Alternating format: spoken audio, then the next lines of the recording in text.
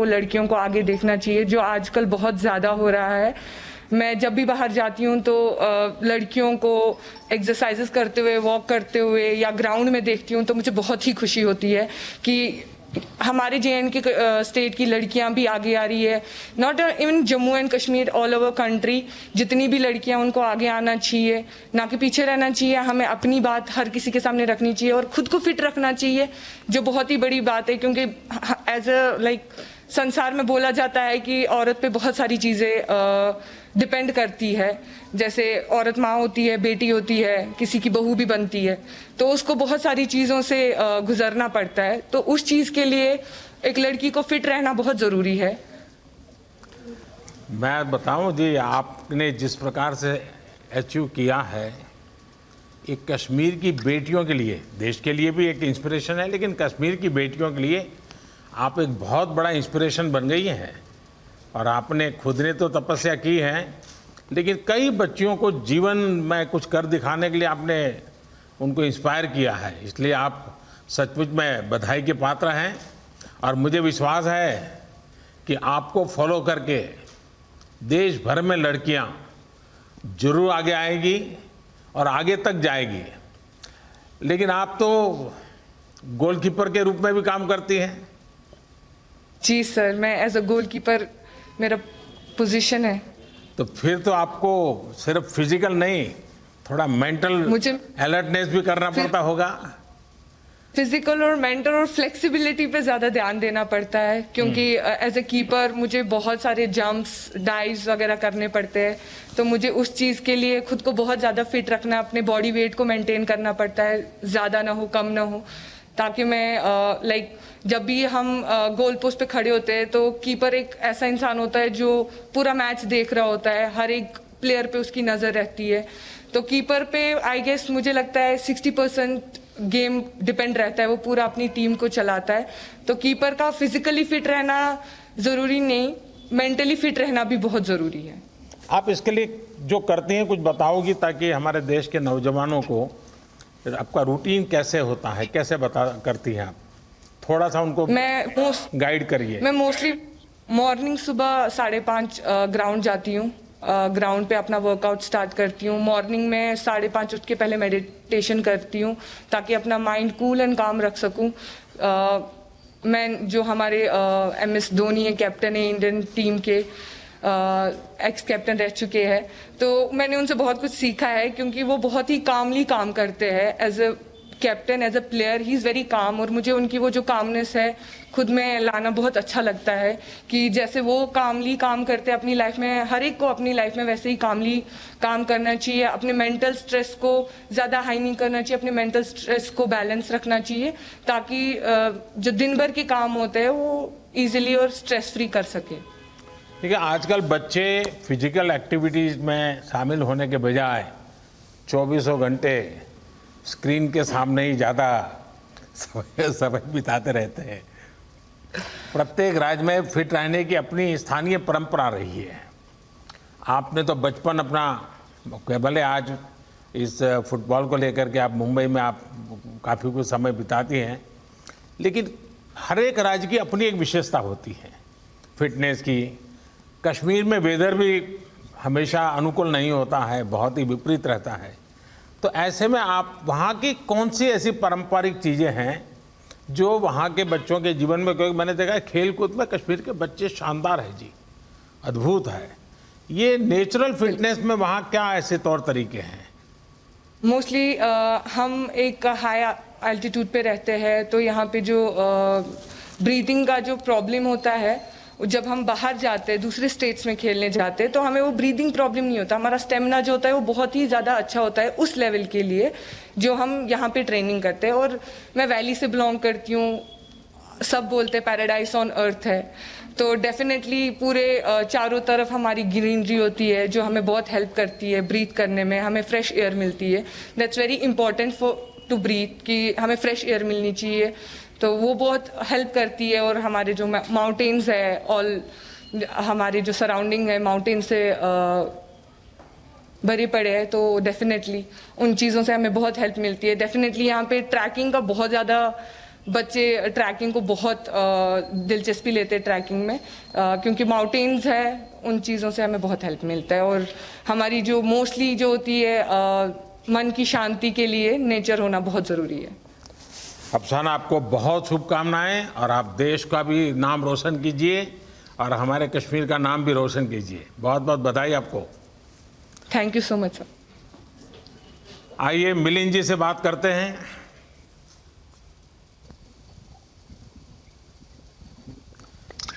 नमस्ते। नमस्ते मिलिंद माननीय जी। प्रधानमंत्री जी, मेड इन बहुत इंडिया खुशी हुई। मिलिंद।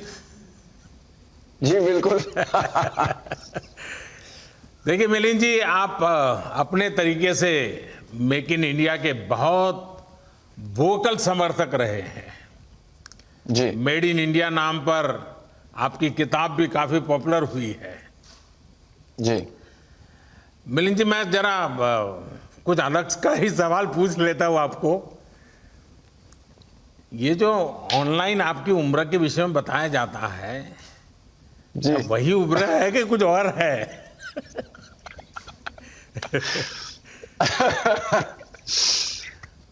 लोग मेरे हिसाब से पहली बात तो मैं ये कहना चाहूंगा, ये फिट इंडिया मूवमेंट जो बनाया गया है ये तो बहुत जरूरी है और बहुत ही अच्छा काम कर रही है। हमारे देश में ऐसा ट्रेडिशन और कल्चर नहीं है कि सबको फिट रहने के लिए एक एफर्ट करना जरूरी है, मेहनत करना जरूरी है। अभी लोगों के समझ में आ रहा है कि हेल्थ के लिए और फिट रहने के लिए एक मेहनत करने की जरूरत होती है।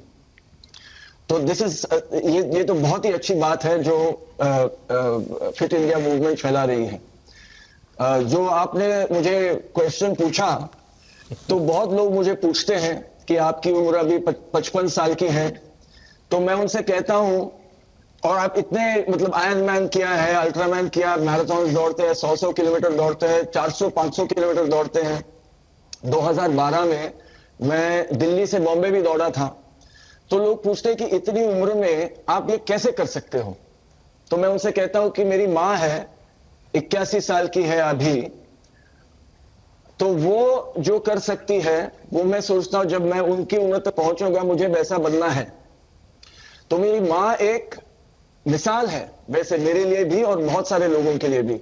और मैं ये सोचता हूं कि हम भूल गए हैं कि नॉर्मल क्या है। फिटनेस जो चीज है वो हमारे लिए नॉर्मल क्या है। हम सब जानते हैं कि हमारे जो पूर्वज थे, हमारे दादाजी थे, उनके दादाजी थे, वो कितने फिट थे। वो चलते थे, 40 किलोमीटर चलते थे, 50 चलते थे। आज भी औरतें पानी लेने के लिए 40-40 किलोमीटर चलती हैं, अपना काम करती है, वो खेती में काम करती है। लेकिन शहरों में या जहां तक टेक्नोलॉजी फैल गई है, अभी इलेक्ट्रिसिटी है सबके पास, अभी सबके पास टेक्नोलॉजी है, इंटरनेट है, तो हम बैठते हैं और जितना हम बैठते हैं उतनी हमारी शक्ति कम हो जाती है, हमारा फिटनेस कम हो जाता है। तो जो नॉर्मल है एक इंसान के लिए कि कितना फिट रहना चाहिए नॉर्मली, कि 100 किलोमीटर आराम से कोई भी दौड़ सकता है, आराम से कोई भी चल सकता है। हम एक इवेंट करते हैं पिंकाथॉन औरतों के लिए, सिर्फ औरतों के लिए, जो 3 किलोमीटर से शुरुआत करती है और रेगुलर एक्सरसाइज के साथ वो फिर 100 किलोमीटर वो कर पाती है, और उनकी उम्र होती है 60, 65, 70। तो ये जो मूवमेंट है फिट इंडिया मूवमेंट, ये अभी लोगों के समझ में आ रहा है कि हमारी काबिलियत क्या है, हमारी शक्ति क्या है, और सिर्फ फिजिकल शक्ति नहीं, मेंटल शक्ति क्या है। मिलिंद जी, आपने सही कहा, fitness knows no as, no और लिमिट। ये सच्चाई है।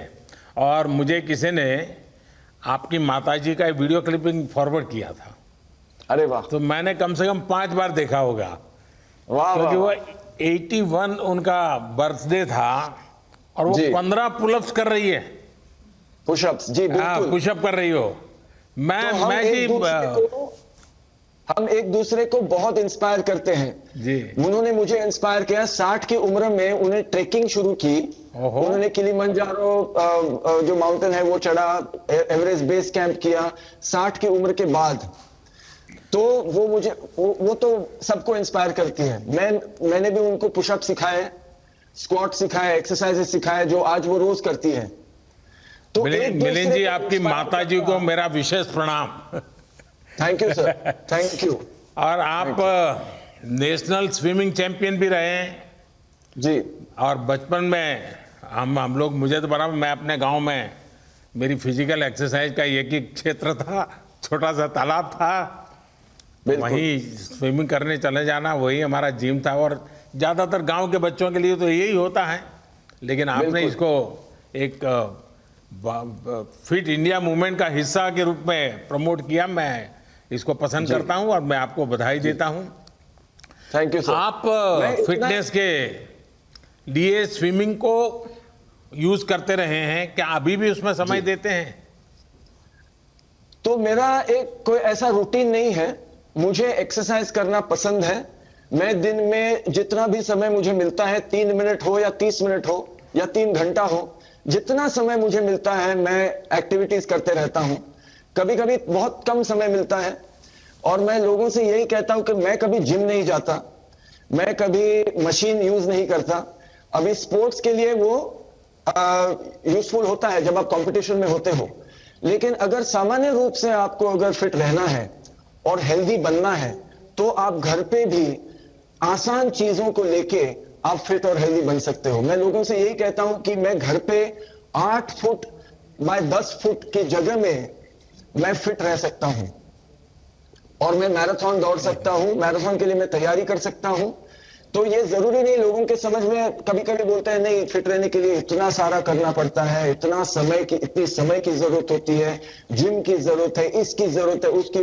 मैं जब दौड़ता हूं, मैं जूते भी नहीं पहनता, वो मुझे अच्छा लगता है। तो मैं कहना चाहता हूं कि जो भी आपके पास है उसे लेके, जो भी आपके पास है उसे लेके भी आप फिट और हेल्दी बन सकते हो। सिर्फ एक मन में वो विचार चाहिए कि मुझे हेल्दी बनना है, मुझे फिट रहना है। तो वो कैसे रहना है? आसान चीजें हैं ये। बहुत लोग हमें कहते हैं कि नहीं, आसान नहीं है, ये करना होता है, वो करना होता है। तो अंदर झांक के, अपने आप को स्टडी करके, मन को भी, तन को भी हम बना सकते हैं अपनी रूटीन, अपना एक्सरसाइज हम बना सकते हैं। और गए सालों में लोगों ने किया है। मैं कहता हूं आपसे, मैराथन रनिंग में हमारा जो नेशनल रिकॉर्ड है शिवनाथ सिंह जी का, 1978 में बनाया था, वो भी बिना जूते के दौड़ते थे। 2 घंटे 12 मिनट का रिकॉर्ड है, जो आज तक किसी ने तोड़ा नहीं। और मैं समझता हूं कि बात यही है कि हम सोच रहे हैं आजकल कि आगे बढ़ने के लिए इतनी सारी चीजें जरूरी है, लेकिन मैं सोचता हूं, जैसे देवेंद्र जी ने कहा, कि अगर आत्मविश्वास है, और स्पोर्ट्स से सबसे बड़ी चीज जो हमें मिलती है वो है आत्मविश्वास। और सिर्फ चलिए, स्पोर्ट्स नहीं, आपके आवाज में, आपकी बातों में इतना अनुभव झलकता है, और मैं मुझे आपका पूरा विश्वास समय ले है। रहा हूं। मैं आपका पूरा समय ले रहा हूं, मैं भी बात कर रहा हूं। नहीं, मुझे अच्छा लगा, मुझे अच्छा लगा। मैं चाहता हूं, मैं आज सुनना चाहता था। जी, और कुछ कहना चाहते हैं? नहीं, इतना ही कहना चाहता हूं कि लोगों को समझ में होना चाहिए कि हेल्दी और फिट रहना बहुत जरूरी है। कितना फिट रहना है वो सबके विचार के ऊपर है। अगर आप मैराथन के लिए फिट रहना चाहते हो, आप पर्वत चढ़ने के लिए फिट रहना चाहते हो, आप सामान्य जीवन के लिए फिट रहना चाहते हो, तो आपको क्या करना चाहिए वो आपको जानना जरूरी है। और मैं सोचता हूं कि फिट इंडिया मूवमेंट के जरिए ये सारी जानकारी जो है, ये सारा इंफॉर्मेशन जो है, वो लोगों तक पहुंचेगा। और आप पूर्ण समर्पण भाव से, एक डिटैचमेंट के साथ जब करते हैं, सर्वजन हिताय सर्वजन सुखाय काम करते हैं, और अच्छा काम भी मोह भाव के बजाय कर्तव्य भाव से करते हैं, तो मेरा अनुभव है कि तनाव नहीं आता है, ऊपर से ऊर्जा आती है, नया करने की जी। ऊर्जा आती है। उसी जी। प्रकार से मुझे लगता है कि प्रतिस्पर्धा को हमने टांग खींचना नहीं मानना चाहिए। मैं समझता हूं प्रतिस्पर्धा एक तंदुरुस्ती की निशानी है, एक सोचने का तरीका है। जी, पर यह तंदुरुस्ती तब अनुभव होगी जब हमारा ध्यान खुद से प्रतिस्पर्धा पर होगा। जी, और मैं मानता हूं कि हर किसी ने अपनी लकीर बड़ी करने पर ध्यान केंद्रित करना चाहिए। दूसरे की लकीर कम करने में समय बर्बादी नहीं करना चाहिए। बिल्कुल। बातें बिल्कुल। चलती हैं, चलती रहेगी। जी। चलिए मिलिंद जी, एक मुझे आप बहुत कह अच्छा रहे थे- लगा आज आपसे बात करने का मौका मिला। ठीक। थैंक यू भैया। थैंक यू, बहुत ही बड़ा थैंक यू। आइए रुजुता जी से बात करते हैं, क्योंकि लोगों को लगता है कि फिटनेस का मतलब है खाना पीना। नमस्ते। नमस्ते रुजुता जी। नमस्ते honourable Modi ji, thank you very much. यहाँ आके आपके साथ, आप सबके साथ मिलके और खास करके आपके साथ बातें करके बहुत अच्छा लगा। मुझे तो यही लगता है कि थैंक्स टू यू आज दाल चावल घी को अप्रूवल मिल रहा है हर एक घर में। नहीं तो हम पहले यही सोचते थे कि फ्री में अपनी दादी नानी ज्ञान बांट रही है तो उसको क्यों रुजुता सुने? जी, आपका जो ईट लोकल थिंक ग्लोबल का जो मंत्र, मैं समझता हूँ आज के लिए तो भारत के लिए बहुत एकदम से मेल खा रहा है। और ये काफ़ी कुछ जो मैं बताता रहता हूँ वोकल फॉर लोकल, और उसको भी एक प्रकार से बल दे रहा है। और बिल्कुल। आप तो हमेशा ईट लोकल के मंत्र को लेकर के हमेशा अपनी बात बताती हैं, और लोगों को आपकी बातों में रुचि भी है। तो मैं जरूर चाहूँगा कि आज बहुत बड़ी मात्रा में जब लोग सुन रहे हैं, तो ईट लोकल के पीछे आप क्या कहना चाहती हैं? ईट लोकल के पीछे मैं वही कहना चाहती हूँ जो आपने अब भी कहा कि हमारे यहाँ हमेशा कहा गया है कि सर्वजन सुखाय सर्वजन हिताय। तो जब हम लोकल खाएंगे तो हर कोई अलग अलग खाता है, तो उनके यहाँ का जो खाना है उनके रीजन के हिसाब से जो वहाँ पर बनता है वही लोग खाते। अगर खाएंगे तो वहाँ के फार्मर्स के लिए या वहाँ के लोकल इकोनॉमी के लिए भी अच्छा है, और ओवरऑल अर्थ के इकोलॉजी के लिए भी अच्छा है, और हमारे हेल्थ के लिए तो अच्छा है ही।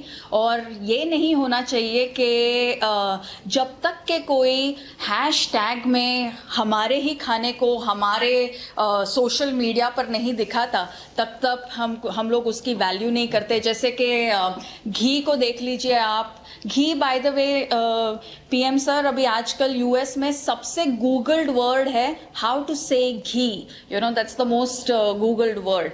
और हम लोग पहले जैसे हल्दी दूध नहीं पी रहे थे, लेकिन अभी जैसे ही उसको कोई टर्मरिक लाते कहता है या गोल्डन मिल्क तो हम पीने लगते हैं। इसीलिए आपका ये जो इनिशिएटिव है वोकल फॉर लोकल, वो बहुत महत्वपूर्ण है, क्योंकि फिर हम हमारे ही भाषा में हमारे ही खाने को और उसके वैल्यू को पहचानेंगे। देखिए रुजुता जी, मैं कोरोना के माहौल के कारण मैं मेरी माँ से कोशिश करता हूँ हफ्ते में 1-2 बार बात हो जाए। और जब भी मैं माँ से बात करता हूँ तो तुरंत वो मुझे पूछती है कि बेटा तू हल्दी लेता है कि नहीं लेता है। वो तुरंत मुझे पूछती है हल्दी लेता है कि नहीं लेता है। तो आपकी बात सही है। अच्छा, आपका जो फिटनेस का मंत्र है, और मैं समझता हूँ ये मैसेज बड़ी ताकत रखता है। आप कहती है don't lose health, lose weight. जरा समझाइए क्या कहना चाहती हैं आप? मुझे यही लगता है कि हम बहुत बार वज़न कम करने के कोशिश में हेल्थ गवा देते हैं, रात की नींद गवा देते हैं, दिन का चैन चला जाता है, और इश्क विश्क भी नहीं हुआ होता, बस डाइट पे रहते हैं। तो मुझे यही लगता है कि लोगों को ऐसी कोई भी चीज़ नहीं करनी चाहिए जिससे रातों की नींद और दिन का चैन हराम हो जाए। जस्ट नॉर्मल खाना जो हमारे घर पर बनता है, रोटी सब्जी दाल चावल पोहा उपमा नून चाय जैसे कश्मीर में पिया जाता है, हर एक रीजन की हमारे यहाँ पर स्पेशलिटी है।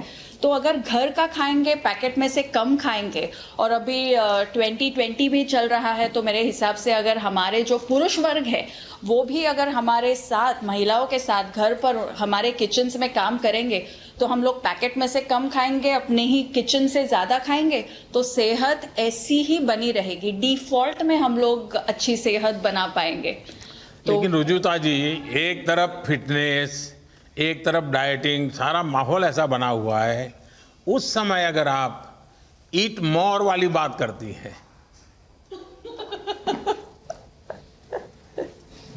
देखिए, आपकी माँ जी जब आपको ये पूछती है कि आपने हल्दी ली कि नहीं, तभी आपको उन्होंने और एक सीख दी होगी, जो मैं आपको गारंटी देती हूँ कि ये 100% आप दोनों में ये बात हुई होगी। शायद जब आप छोटे होंगे आपने मे बी 2-3 चपाती खा ली होगी और आपने कहा होगा आज मैंने 3 चपातियाँ खा ली, तो आपने माँ ने आपको बोला होगा कि कभी गिनते नहीं है कि कितना खाया है, बस उतना ही खाओ जितना ज़रूरी है, और जो खाते हो वो आराम से चबा चबा के खाओ। आज ये विजडम कनाडा फूड गाइड में 2019 में साइंटिफिक विजडम आ गया, लेकिन हमारे घरों में हमारी माँ, हमारी दादी, हमारी नानी जो हमको प्यार से कह देती है या डांट के कह देती है, उसमें साइंस छुपा हुआ है, ये हम कभी कभी भूल जाते हैं। तो आपकी बात सही है, और कितना खाएं उसके बजाय कैसे खाएं और कैसा खाएं, इसका महत्व बहुत है। और मेरी अपनी भी एक रेसिपी है, ये मेरी अपना इनोवेशन है, ऐसा मेरा क्लेम नहीं है, लेकिन मैं ये जो ड्रमस्टिक है मोरिंगा, ये न्यूट्रिशन की दृष्टि से बहुत महत्वपूर्ण है, ऐसा मैं सुनता रहा हूँ। तो फिर मैं खुद उसके परोठे बनाता था और मैं उसके परोठे खाता था, और मेरे सप्ताह में 1-2 बार आज भी मैं इसका उपयोग करता हूँ। और आज मुझे लगा है, और आपने हैशटैग की चर्चा की है, तो मैं भी मेरी ये रेसिपी जरूर पब्लिक के लिए रखूंगा। बिल्कुल। रजुला जी, फार्म टू टेबल, ये आजकल इसकी बहुत चर्चा हो रही है। कई स्टार्टअप्स इस आधार पर आगे बढ़ रहे हैं। ये हमारे देश में सदियों पुराना विचार है, और जैसे आपने कहा कि भाई हर परिवार में ये परंपराएं थी, और अब धीरे धीरे 21वीं सदी का विचार भी बन गया है। मुझे पक्का विश्वास है कि आप जिन बेसिक चीज़ों को, यानी बैक टू बेसिक एक प्रकार से कहें, उसको प्रमोट कर रही हैं, और आपकी बात ज़्यादा से ज़्यादा लोगों तक पहुँचे, ये बहुत अच्छा होगा। और मुझे अच्छा लगा आज आपसे बातें कर करके। आपका बहुत बहुत धन्यवाद। आइए हम एक नई दुनिया में प्रवेश करना चाहेंगे। अब की जो विचारधारा है जो हमको प्रेरित करती है, वो हमारे सभ्यता और संस्कृति की प्राचीन गुरुकुल पद्धति है। गुरुकुल में छोटी उम्र से ही बच्चे आके रहते थे, वहीं गुरु के साथ रहते थे, तो पूरा एक आवासीय माहौल बनता था, जिसमें न केवल बौद्धिक शिक्षा प्राप्त होती थी, मुख्य चीज़ थी कि वो अनुभवात्मक रहती थी। जो चीज़ें केवल सिद्धांत के तौर पर कही जाती थी, अब वो जीवन में उतरने का एक मौका मिलता था। तो हमारे आश्रम में भी यही एक शिक्षण की पद्धति है। हमारे आश्रम में जितने भी सत्र चलते हैं योग प्रशिक्षण के, वो पूर्णतः आवासीय होते हैं, क्योंकि हमारा मानना है कि योग मात्र एक अभ्यास नहीं है, वो एक जीवन शैली है, जीवन जीने की विधा है। और उसको केवल लेक्चर से या सिद्धांतों को सुनकर समझकर पूरी तरह आत्मसात कर पाना संभव नहीं, उसको जीना पड़ता है। और आश्रम वो एक माहौल, एक वातावरण उपलब्ध कराता है कि हम योग के इन सिद्धांतों को अपने जीवन में उतार सकें। तो वो जो अनुभवात्मक प्रशिक्षण है, वो हमने खुद अपने जीवन में देखा है, और अपने जो जितने भी विद्यार्थी आते हैं, शुरू में भले ही उनको थोड़ा सा अजीब लगता हो, क्योंकि सब काम स्वयं करते हैं। आश्रम में कहीं कोई सेवक नौकर नहीं, एक स्वावलंबन की भावना आती है। हम देखते हैं लड़के लड़कियां आते हैं, कभी अपना कपड़ा साफ नहीं किया, कभी बर्तन साफ नहीं किए, आश्रम में आके हर चीज़ स्वयं करनी पड़ती है। शुरू में अजीब लगता है, लेकिन जिस समय वो जाते हैं, कह के जाते हैं कि इस अनुभव ने हमारे जीवन में एक बहुत बड़ा सकारात्मक परिवर्तन लाया है। तो ये हमारे प्रशिक्षण की विशेषता है। स्वामी जी, जो बात सबसे इंटरेस्टिंग लगती है वो है आज के समय के हिसाब से योग को ढालना। जिस तरह से समय बदला है, लोगों की लाइफस्टाइल बदली है, आपने योग को उन जीवन शैली के साथ बहुत बहुत कुशलता से उसको फिट किया है। यानी जो आजकल के जो कॉमन प्रॉब्लम है, वो लोग कहते हैं टाइम नहीं है, टिकना नहीं, फलाना है, नहीं है, लेकिन उसमें भी आपने कुछ ना कुछ रास्ता खोजा है। अगर वो भी थोड़ा देशवासियों को आप गाइड करेंगे। बहुत अच्छा प्रश्न किया है आपने माननीय प्रधानमंत्री जी, क्योंकि जब योग सीखने और करने की बात आती है, लोगों की यही प्रायः शिकायत रहती है, समय नहीं है। आसन प्राणायाम करने हैं, हमको 1 घंटे का समय लगेगा, इतना समय हम अपनी व्यस्त दिनचर्या में से नहीं निकाल सकते। इसी को मद्देनजर रखते हुए हमारे गुरु स्वामी निरंजनानंद जी ने एक योग कैप्सूल का सिद्धांत प्रतिपादित किया है। योग के छोटे छोटे अंग जिनको आप अपने जीवन दैनिक जीवन के अलग अलग समय पर अपने जीवन में शामिल करके योग का अधिकतम लाभ ले सकते हैं, जिसे कहा जाए कि maximum bang for the minimum buck, अधिकतम लाभ न्यूनतम समय और न्यूनतम उसमें समय देकर। और ये जो कैप्सूल हैं, संक्षेप में कहें तो ये 5 कैप्सूल हैं। इसे पंचमुखी कैप्सूल साधना समझ लीजिए। इसका पहला कंपोनेंट है मंत्र, दूसरा आसन, तीसरा प्राणायाम, चौथा शिथिलीकरण या रिलैक्सेशन, 5वां ध्यान। क्योंकि ये हम लोगों का मानना है कि फिटनेस केवल शारीरिक नहीं है, वो एक उसका आवश्यक अंग है, लेकिन योग में हम फिटनेस को एक समग्र रूप से देखते हैं। हम केवल शरीर नहीं, हम भावनाएं हैं, बुद्धि है, हमारे विचार हैं, व्यवहार है, आचरण है, आदतें हैं, सजगता है, समझ है, इन सबको विकसित कर पाना, इन सबको संतुलित और इनके बीच सामंजस्य लाना, इनको एक सुंदर रूप देना, ये योग का लक्ष्य है। तो यदि इसको इस तरीके से किया जाए, मंत्रों की साधना का समय भी एक निर्धारित है। वो समय है कि सवेरे जगते ही, जिस समय आपने बिस्तर भी नहीं त्यागा हो, क्योंकि उस समय आपका अवचेतन मन सक्रिय है, सबकॉन्शियस माइंड। उस समय किया गया मंत्र आपके व्यक्तित्व के गहन आयाम में पहुंचता है और आपकी दिन भर की गतिविधियों को सकारात्मक रूप से प्रभावित करता है। कई लोग धर्मों को मंत्र को धर्मों से जोड़ देते हैं। ये हम समझते हैं मंत्र के गहन और प्राचीन विज्ञान के साथ बहुत बड़ा अन्याय है। मंत्र तो ध्वनि का विज्ञान है, धर्म तो बहुत बाद में आए, पर इन मंत्रों का प्रयोग करके, और सरल से मंत्र जो हमारी संस्कृति में शुरू से चलते आए हैं, महामृत्युंजय मंत्र है, गायत्री मंत्र है, दुर्गा जी के 32 नाम हैं, सरल से मंत्र जिनको यदि आप सवेरे एक प्रथम कैप्सूल के रूप में अपनी दिनचर्या का अंग बनाएं, तो आप पाएंगे कि एक आश्चर्यजनक परिवर्तन आया है आपके मानसिकता में, आपके भावनात्मक प्रतिक्रियाओं में, आपके आध्यात्मिक विकास में। स्वामी जी, आपका ये कैप्सूल का पंचामृत आपने कैप्सूल की तरह ही आज परोसा है, और मुझे विश्वास है कि आपका ये कैप्सूल का पंचामृत सबके भलाई में काम आएगा। लेकिन आपने समय दिया, आशीर्वाद दिए, मैं आपका आभारी हूँ। आइए हम विराट कोहली जी के साथ बात करने के लिए चलते हैं। विराट जी, आपका तो नाम भी विराट और काम भी विराट। नमस्कार सर। दुबई में से आज समय निकाला, और वहाँ तो ये खेल आपका बड़ा तनावपूर्ण रहता है, उसमें भी आपने और अपनी भागदौड़ भरी जिंदगी में अभी जो फिटनेस रूटीन फॉलो करते हैं, मैं जरूर चाहूँगा, देश भी जानना चाहेगा, क्योंकि नौजवान आपको, आपकी हर गतिविधि को देखता है, ये आपको कैसे मदद करता है?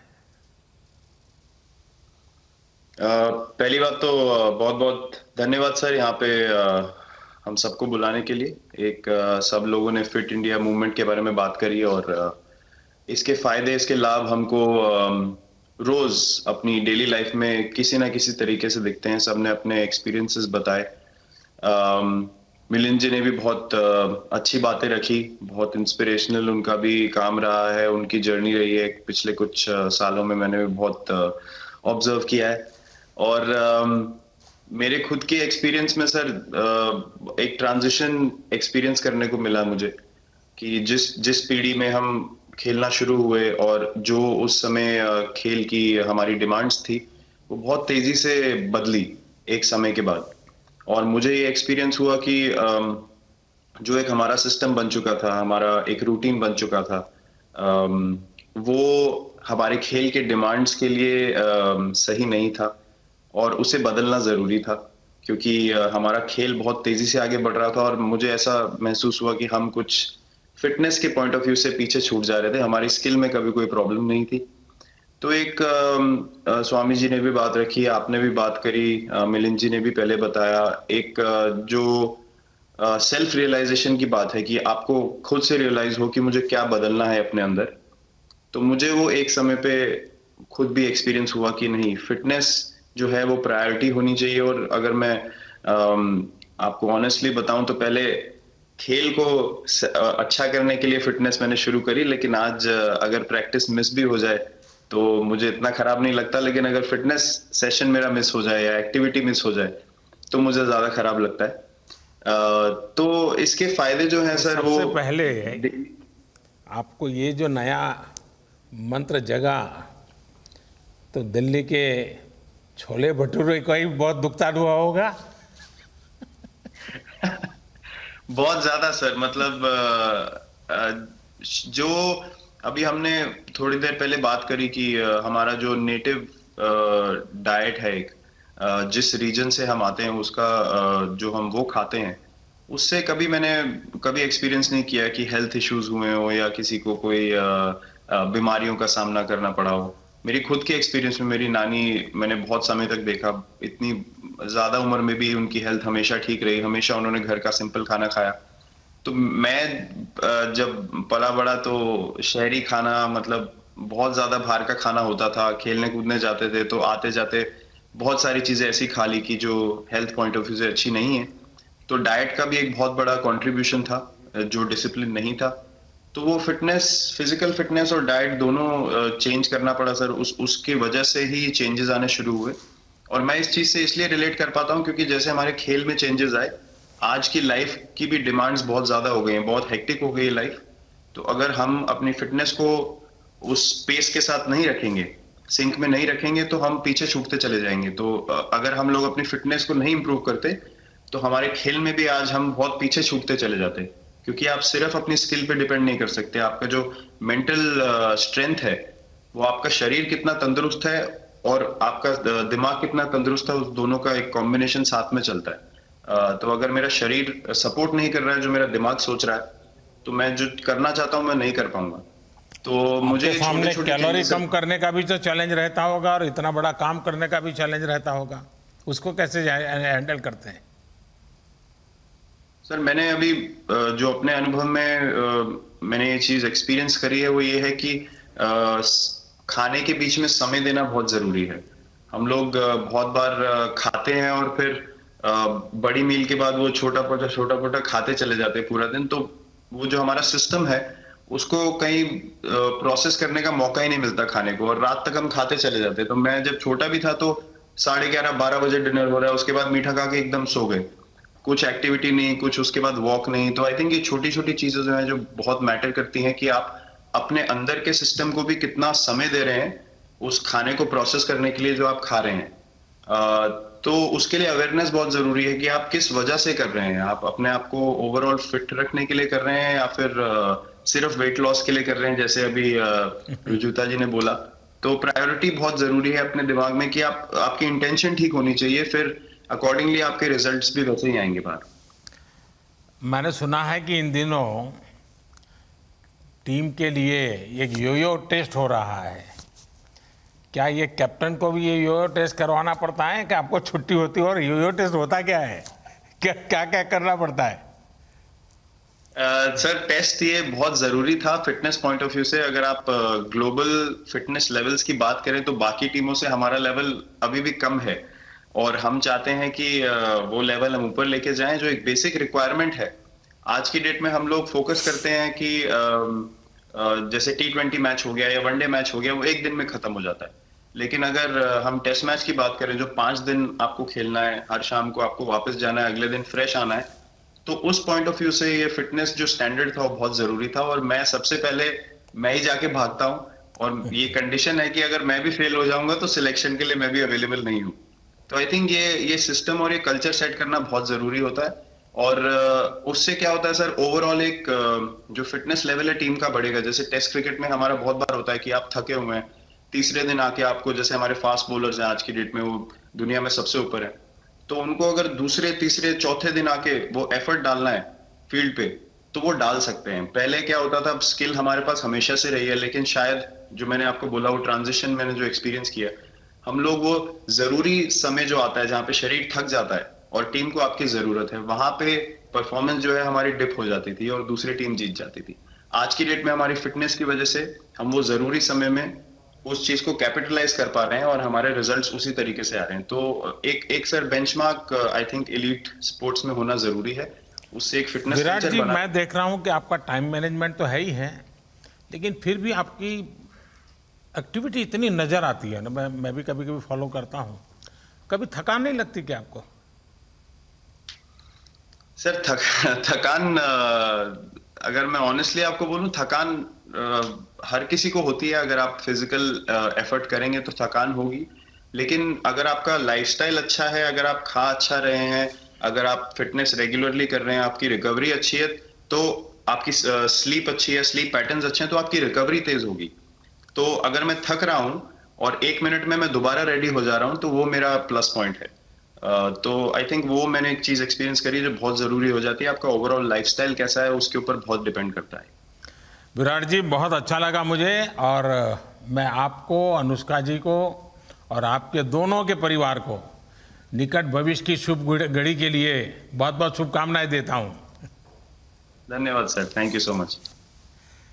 आइए मुकुल कानिटकर जी से बात करते हैं। ये मुकुल जी की दुनिया अलग है, जो उनसे बात करते ही हमें पता चलेगा मुकुल जी से।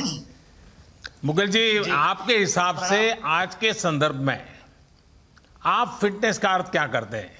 क्योंकि आप तो गीता और विवेकानंद और इन्हीं चीज़ों के आसपास अपनी बातें करते रहते हैं, तो उस बातों को कैसे समझाएंगे आप?